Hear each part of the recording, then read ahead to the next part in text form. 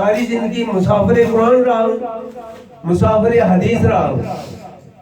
اگر یہ بات نہ ہو کہ جس نے والدین مر گئے، دنیا سے چلے گئے، جمعے کے روز ان کی قبر پہ کھڑے ہو کر ان کے لیے بخشش کی، اگر وہ دعا کی اس نے تو ایک مقبول حج کا ثواب ہے۔ ماں کی قبر پہ کھڑے ہو کر دعا کرنا، تو جس نے ماں کو ساری زندگی رلاتا رہا کہ میرا بچہ نہ جانے کہاں گیا، وہ زندہ ہے یا مردہ ہے، یہ برائے کا کہ یہ معیار ہے تو یہ ہمارے بچے سب گمراہ ہو جائیں گے۔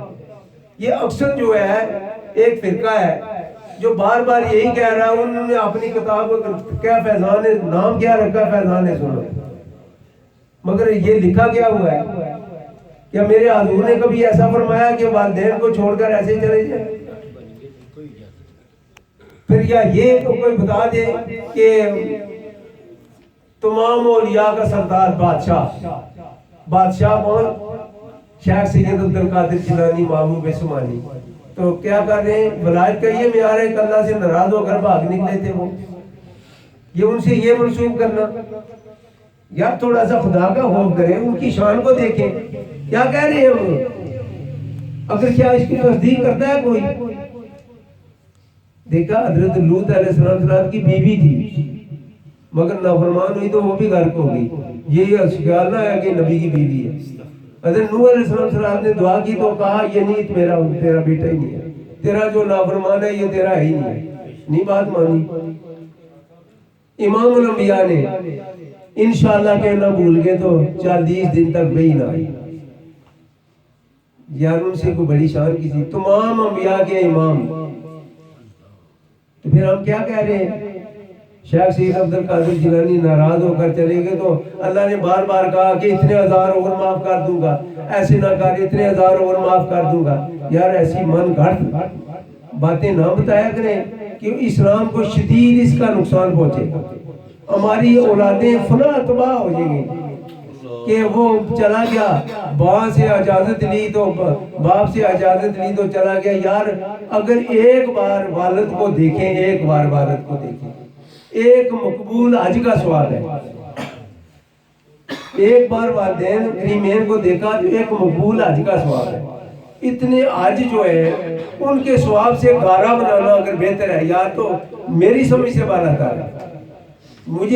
میں ساری زندگی مسافر حدیث رہا ہوں، سیاستہ کی 6 حدیثوں کا سفر کرتا رہا ہوں، جتنا جہاں تک میری طاقت تھی، جہاں تک میری قوت تھی، جہاں تک میرا دماغ کام کرتا تھا، میں پڑھتا رہا ہوں۔ مجھے کوئی بات ایسی تصدیق شدہ نہیں ملی کہ جو والدین کریمین کا نافرمانی کرتے ان کو جدائی کے زخم میں رلاتا رہا، وہ ولی اللہ بن گیا، جو والدین کریمین کی خدمت میں رہا وہ ویسے ہی چلا گیا۔ یا تھوڑا سا ایسی باتوں سے میں علماء کرام، چونکہ اکثر یہ علماء کرام ہی ایسی باتیں کرتے ہیں، علماء کرام سے یہ عرض کروں گا کہ خدا کا قرآن و حدیث کے مطابق اگر جس کو قرآن کریم تصدیق نہیں کرتا، ایسی باتوں کا وضاحت کرنا ہرگز دین نے فتنہ اور رخنہ اندازی اور فرقہ واریت پیدا کرنا ہے۔ نام کیا رکھا تو کام کیا کرنے؟ یا مجھے کوئی اور بتائے کہ سنت رسول میں یہ ہے ایسے کو لکھا؟ سلمان فارسی کی یہ مثال ہم دیتے ہیں، وہ مان لیا کہ اس کا باپ بھی کافر، ماں کو صرف پتا تھا کہ میرا بچہ مسلمان ہو چکا ہے، تو وہ جیسے حضرت اکرمہ اپنے باپ کو چھوڑ گئے ایسے وہ ان کو چھوڑ دینا جائز ہے۔ اگر ایک مسلمان جو زبیدہ نہر ہے اپنی آنکھوں سے دیکھ کر آیا کہ یہ زبیدہ نہر عراق سے نکالی اور سعودی عرب میں لے گئی، مراد میں وہ میں نے خود وہ دیکھی ہے نہر، چال تو نہیں دی تھی مگر اس کے نشانات جو موجود تھے۔ اتنا بڑا کام کرنے والی وہ مجاہد عورت، تو اس کا ماں کا بیٹا اس کی فرمانبرداری کرنے کے بجائے گارا بناتا رہا ہے، لوگوں کی تعمیر، مکانوں کی تعمیر کرنے کے لیے وہ کام کرتا تھا، اجرت کم لیتا تھا۔ تو یہ ولایت کا معیار ہے۔ یا اس نے کیا کیا؟ اس نے کہا کہ ابا یہ اگر آپ کی بادشاہی اتنی بڑی طاقت والی ہے تو یہ اس چڑیا کو بلائے، یار چڑیا کو چھوڑ کر ہاتھی کو بلا لے، باز کو بلا لے، یہ سنت رسول میں نہیں ہے۔ جو سنت رسول میں جس کی باتیں کرنی ہے یار وہ کرتے کیوں؟ میں معافی چاہتا ہوں جو علماء کرام ہیں جن کو یہ بات ہے، جنہوں زندگی بھر یہ سنتے سنتے بوڑھا ہو گیا، 80 سال کا ہو گیا، مگر مجھے یہ اس بات کی تلاش رکھی ہے کہ یار یہ ولایت کی معیار ہے کیا ہے؟ وہ تو اتباع رسول ہے۔ اس کے علاوہ مجھے اگر کوئی اور کسی ولایت کا کوئی ذکر کر رہا ہے تو وہ جانے اور وہ جانے، ایسی ولایت کو ہم نہیں مانتے جو سنت رسول سے تارک اور نماز سے بالکل ہی فارغ۔ تو مجھے بخش دیا ہے فلاں نے، یار اگر میرے آقا حضور نے ارشاد فرمایا کہ اے فاطمہ یہ گمان نہ کرنا کہ میں نبی کی بیٹی ہوں، یہ گمان نہ کرنا۔ کون اس وقت کوئی ایسے کر سکتا ہے؟ کوئی حضرت فاطمہ تو زہرا رضی اللہ تعالیٰ کی قدموں کی خاک بھی ہم لوگ نہیں ہیں، چاہے کتب ہو، چاہے ولی ہو، چاہے ابدال ہو، ہم ان کی قدموں کی خاک کے برابر بھی نہیں ہیں۔ ان کو یہ کہا گیا تو پیر کا بیٹا کیا یار، اگر وہ کلین شیو، داڑھی سے بالکل سنت رسول سے تارک اور نماز سے بالکل ہی فارغ، کیا وہ ان کا معیار کیا ہے کہ ایک کتا میں نے اچھا جی میں بیعت ہوا ہوں فلاں جگہ، تو آپ کو ان کے نسبت کیسے بنی کہ مجھے انہوں نے ایک کتا دیا تھا لڑائی والا تو فیس بھی اللہ دے دیا؟ فیس بھی اللہ کتا لگتا ہے یار، ایک کتا قربانی لگ رہا ہے یار۔ ایسی باتیں علماء دین کے زبان سے نکلیں گے یہ لوگ گمراہ ہو جائیں گے سارے کے سارے۔ یہ بچے والدین کی آواز کو نہیں سنیں گے کہ یہ معیار رکھیں گے وہ جو حضرت خواجہ ہارون رشید کا لڑکا ہوا ایسے چلا گیا تو ولایت بن گئی۔ یار کسی کبھی موچی کے بچے کی بھی بات کر لیا کریں، کسی غریب کے بچے کی بھی بات کر لیں۔ یہ ایسی باتیں جن کا قرآن اور حدیث کو تصدیق نہیں کرتا، ایسی باتیں کرنے کی وجہ سے کیا کر ہوتا ہے؟ فرقہ پیدا ہوتا ہے، فرقے کی لعنت میں ہم پڑ جائیں گے۔ ہمیں متحد ہونا چاہیے اس وقت۔ بات اصل میں درست ہے کہ محمد رسول اللہ کی محبت رکھنے والے واقعی ایسے لوگ ہی ہیں، مگر ہم ان کو یہ کہیں گے تو ہم ان کے آگے یہ دیوار بنائیں گے تو ہمارے پاس آئیں گے کیسے؟ ہمارے پاس آئیں گے نہیں تو ہم محمد رسول اللہ کا پیغام سنائیں گے کیسے؟ محمد رسول اللہ کی محبت کا جامع اس کو جہاں پلائیں گے کیسے؟ اس لیے یہ میرے نوجوان نے کچھ باتیں کی ہیں، مگر بات درست ہے کہ اگر یہ ہم تفریق ڈالیں گے اس میں تو ان کی اصلاح کا پہلو ہمیں کہیں نظر نہیں آئے گا، تو پھر کیا ہوگا؟ وہ اپنی جگہ گمراہ ہوتے جائیں گے، ہم اپنی جگہ محمد رسول اللہ کی محبت لے کر بخیل کی کبھی بھی نماز بھی پوری نہیں، نہ اس کا حج کوئی قبول ہے کہ ہم تو محمد رسول اللہ کی محبت میں لبریز ہیں، تو یار دوسروں کو کیوں نہ دعوت دیتے؟ میرے آقا حضور نے تو ارشاد فرمایا جو چیز اپنے لیے پسند کرے وہ دوسرے مسلمان بھائی کے لیے بھی پسند کرے۔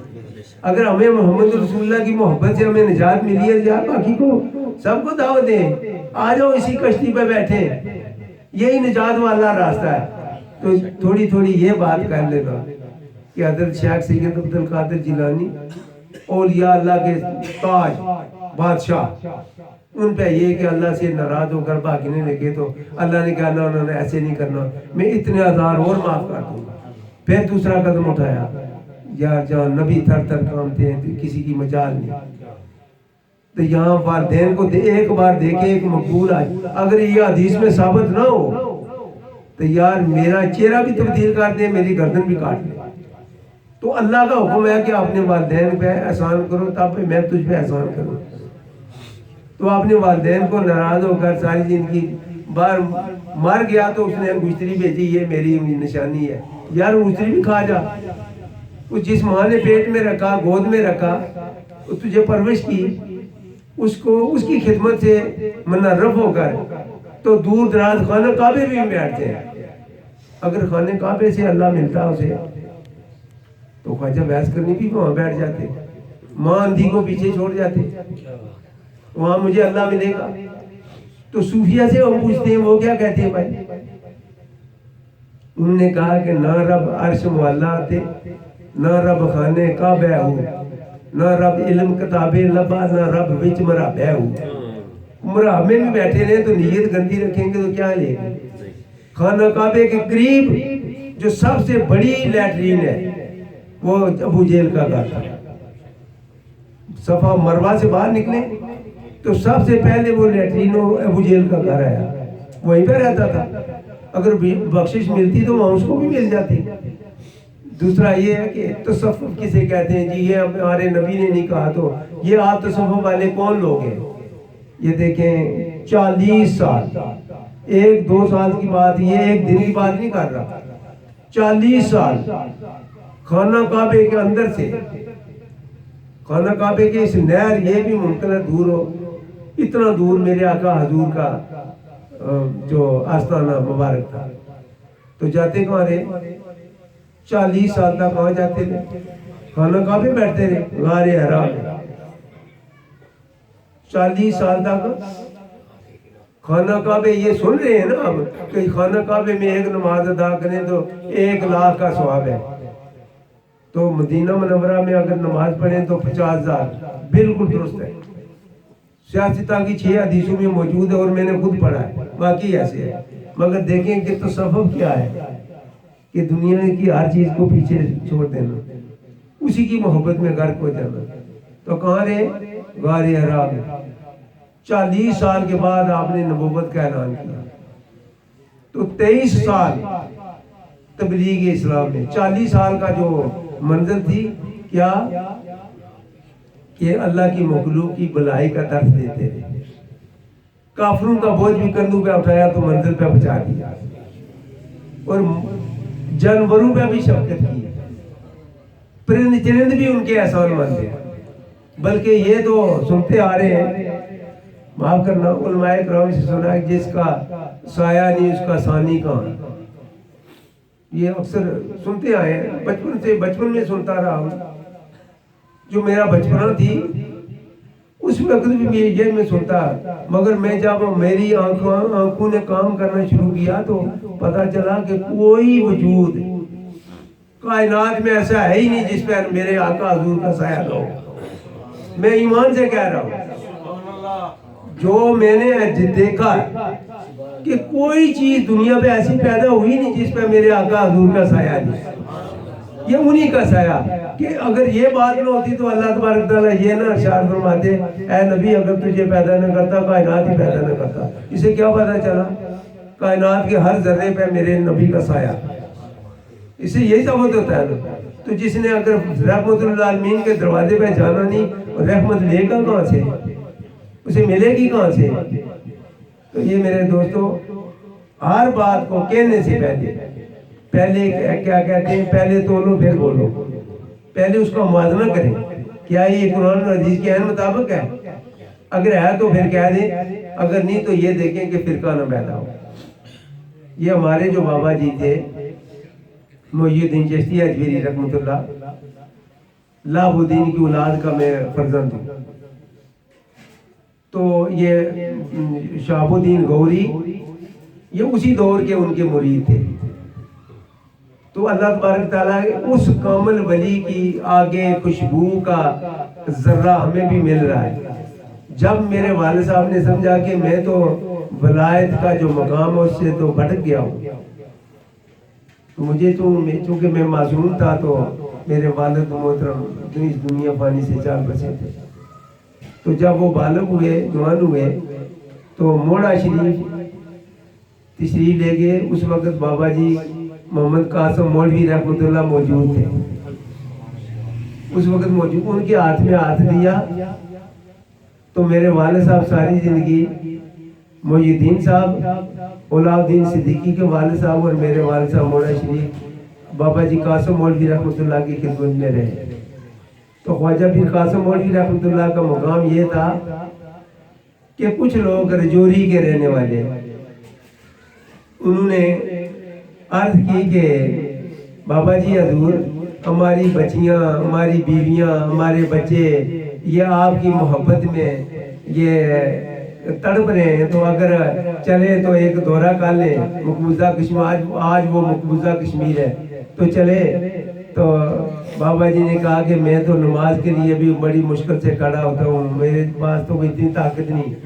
تو انہوں نے کہا کہ ہم پالکی میں بٹھا کر اٹھا کر لے جائیں گے۔ بابا جی حضور آپ اجازت دیں تو ہم اٹھا کر لے جائیں گے۔ بابا جی نے اجازت دی، ٹھیک ہے لے جاؤ۔ چلتے گئے تو انہوں نے پالکی میں بٹھایا، تو آدمی جو اٹھا رہے تھے وہ ساتھ ساتھ کلمہ بھی پڑھ رہے تھے، تو جو منکرین ایاد مولوی ہیں انہوں نے کہا کہ وہ جو آپ نے ایک لاش اٹھا رکھی تھی وہ کہاں دفن کیا؟ آپ نے ایک لاش اٹھا رکھی تھی تو وہ کہاں آپ نے دفن کیا ہے اس کو؟ یعنی تنزیہ طور پہ، مگر وہ کمزور لوگ تھے، لڑ تو نہیں سکتے تھے، مگر انہوں نے یہ کہا کہ بابا جی کے پاس چلتے ہیں۔ وہ 3-4 گاؤں آگے نکل گئے تو وہاں بابا جی کی خدمت میں جب حاضر ہوئے تو بابا جی نے پہلے ہی کہہ دیا کہ اچھا وہ لوگ کیا کہتے تھے؟ تو انہوں نے کہا کہ بابا جی حضور وہ تو کہتے تھے وہ جو لاش آپ نے اٹھا رکھی ہے وہ کہاں دفن کیا ہے؟ تو بابا جی مسکرا کر بولے اس سے کیا پتا چلا ولی جو ہے غصے سے پاک ہوتا ہے، غصہ حرام ہے، ولی کے اندر غصہ نہیں آئے گا۔ تو بابا جی نے کہا کہ وہ انہوں نے ٹھیک کہا، تو بھی مر جا، تو بھی سارے مر جاؤ تو تمہیں بھی لوگ اٹھا کر پھریں گے۔ اس سے کیا پتا چلا دنیا کی ہر خواہش، ہر برائی سے اگر نجات ملی گویا کہ تو مر گیا۔ تو منہ تو قبل آتا، منہ تو اسی کو کہتے ہیں۔ اگر کوئی مرا نہیں ہے تو برزخ میں گیا کیسے ہے؟ وہ تو ٹکٹ تو یہی ہے، موت تو یہی ہے، مور کیا ہے؟ موت کی مور لگے گی تو برزخ میں جائے گا، اس سے پہلے کیسے جائے گا؟ جنت ہر روز مانگتے ہیں یا اللہ ہمیں جنت ہے، یہ نہیں پتا ملے گی کب، یہ تو موت کی مور لگے گی تو جائے گی نا۔ یقین سے کہہ رہا ہوں جب تک اللہ تبارک تعالیٰ نے ہمارے سانس اتنے کیے ہیں جو ہم نے زندہ رہنا، موت کے پیچھے بھاگے، آوازیں دے ادھر ہی آ جا تو، مگر آئے گی نہیں۔ اس نے ہماری حفاظت کرنی ہے، وہ انتظار میں بیٹھی ہے، جب میرا پروردگار آواز دے گا تو پہلے سے تیار بیٹھے ہیں۔ ان کے لیے کوئی فکر، لا خوف علیہم ولا هم یحزنون، نہ کو پریشانی ہوگی۔ تو میرے دوستو حقیقت تلاش کرنے میں چاہے وہ بڑا ہو چاہے چھوٹا ہو، کسی کی کوئی پرواہ نہ سمجھے۔ اگر ایک ہی بات ہے، ہم نے کسوٹی رسول سے اور کسوٹی قرآن سے ولایت کا جو معیار ہے اس کو برقرار رکھنا ہے۔ یہ کہ وہ ماں سے جدا ہو کر ساری زندگی رہا، جب مرا تو اس نے انگوٹھی بھیج دی کہ جاؤ میرے ابو جان کو دے دینا، یار یہ ولایت کا معیار نہیں۔ انہوں نے کیا کیا، ایک چڑیا کو بلایا تو ہاتھ پہ بیٹھ گئی، تو یار یہ بھی سنت رسول کے خلاف ہے، ہم ایسی باتوں کو نہیں مانیں گے۔ بات وہی مانیں گے جو محمد رسول اللہ کی سنت کے عین مطابق۔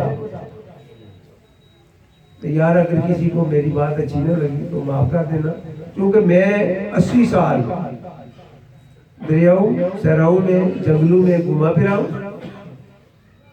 ایک ہی بات میں جو بچپنا تھی میری، میں جب گلے میں بستہ ڈالتا اپنے گھروں سے باہر نکلتا تو روتا روتا اپنی درسگاہ تک جاتا، مانگتا کیا، یا پاک پروردگار خودکشی کرنا تو گناہ ہے، وہ تو حرام ہے، یہ سب لوگ مرتے ہیں، میری موت کب آئے گی؟ تیری انتظار میں بیٹھا ہوں۔ بچپن میں تھا، 8ویں کلاس میں پڑھتا تھا، سنوال شریف ایک ہی سکول تھا، پورے منگلہ سے لے کر جاتا تھا، مڈل سکول ہی ایک ہی تھا، اس کے بڑا سکول ہے تھا ہی نہیں۔ اس کے بعد یہ 14 سکول بنے، ہائی سکول پورے آزاد کشمیر میں، کافی عمر رکھتا ہوں اس لحاظ سے۔ تو یہ تمنا کہ سب لوگوں کے اعلان سنتا ہوں، فلاں مر گیا فلاں مر گیا، تو میری موت کب آئے گی؟ موت کا مقصد کیا تھا؟ اس کی انتظار کرنے کا کیا مقصد تھا؟ کہ میں نے سن رکھا تھا جب اس کو مرتا ہے ایمان کی حالت میں تو محمد رسول اللہ کا دیدار ہوتا ہے، اور میری جان جاتی ہے تو جائے محمد رسول اللہ کے دیدار کو زیادہ ترجیح دوں گا۔ یہ تھی دل کی تمنا۔ تو میرے دوستو جب میں ایک چرواہ تھا، مویشی چراتا تھا، میں اپنی بات کر رہا ہوں، بڑے لوگوں کی بات نہیں، میں تو ایک عاجز آدمی ہوں۔ تو جو جانور تھے وہ میرا احترام کرتے، میرے گرد گھومتے رہتے، جہاں میں ایک جگہ سے دوسری جگہ جاتا تو وہاں میرے گرد وہ گھومتے رہتے۔ جب میں نے ایک بار تقریباً 21 سال سے کچھ دن زیادہ تھے میری عمر کے، میرا وہ بد نصیب میرے لیے بد نصیب ہے، ورنہ تو سورج طلوع ہوا تو کئی لوگوں کو خوشیاں لے کر آیا، کئی کو غم دے کر گیا، مگر میرے لیے وہ ایک دن ثابت ہوا تو میں نے ہاتھ پھیلا کر بارگاہ الہی سے دنیا کی محبت کا اظہار کیا۔ اسی بات پہ 41 سال روتے روتے میری زندگی تباہ ہوئی، 41 سال روتا رہا، چلتا چلتا، یا اللہ تیری محبت کو چھوڑ کر میں نے دنیا کی محبت کا یہ مانگ لیا، اتنی بڑی شان والے سے مانگا کیا ہے؟ کٹے بچے یہ مانگ رہا ہوں۔ میری زندگی کا جوانی کا جو بہترین حصہ سمجھا جاتا ہے جوانی کا، وہ تو میری ایسے ہی ہے کہ جیسے وہ کسی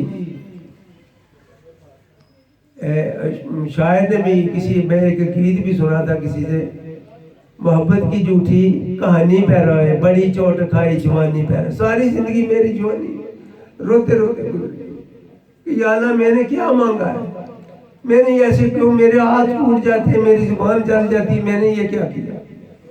تو 41 سال پھر بھی اللہ رحمان رحیم ہے، اس نے پھر بھی مجھے معاف کر دیا۔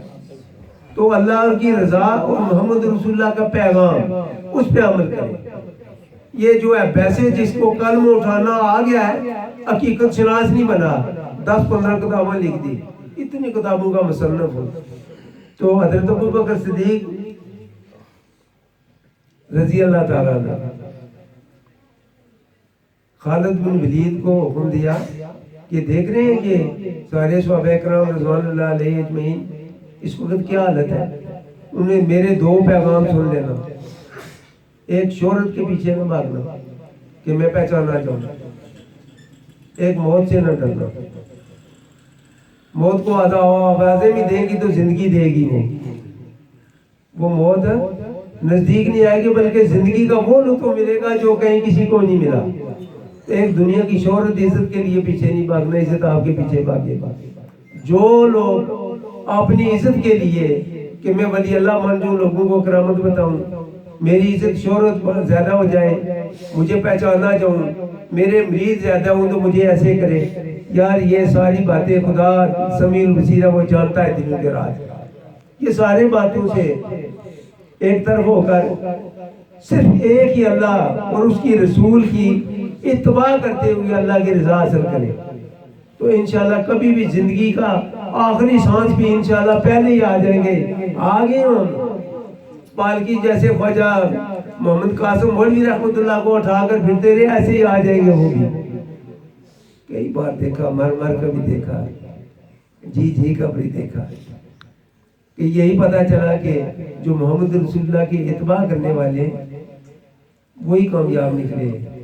اس کے علاوہ جو کسی دوسری کی پیروی کرنے والے سارے کا سب بڑا نام لیا انہوں نے، مگر دیکھا قبر میں جا کر دیکھا وہ یہاں تو بھرگوٹا ہی نظر آیا، تو یہ تو بڑا نامی آدمی تھا، یہ کیا ہوا؟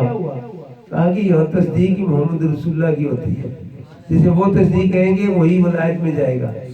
آخر دعوانا الحمدللہ رب العالمین۔